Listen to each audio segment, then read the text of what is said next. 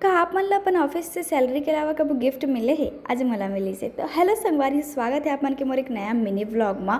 तो अभी मैं ऑफिस से घर आ चुके हूँ। मोर हाथ में ये देखो गिफ्ट और ये सर्टिफिकेट है।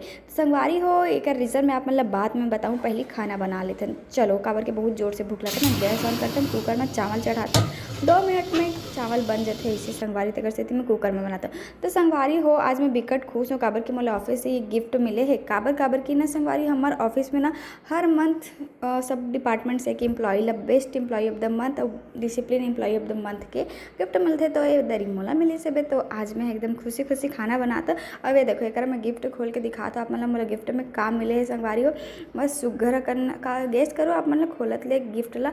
तो ये देखो मोर सुंदर से गिफ्ट एमा रही से पर्स जेला मैं पहले से ही खोल के देख डरे काबर की एक्साइटमेंट रही था मोरंदा तेकर से थे। तो हमारे सुंदर से पर्स पहले ना मैं पर्स नहीं रखा था बिल्कुल भी। जब से ऑफिस ज्वाइन करे हो तभी पर्स रखते रहे हो। हाँ लॉजिक ये भी पहले कमात भी तो नहीं रहे हूँ। कैसे लगे इस गिफ्ट कमेंट करके ज़रूर बताओ। मिलते हैं आप मतलब नया ब्लॉग में, तब तक के लिए टाटा। मैं दुलार बनाए रहूँ।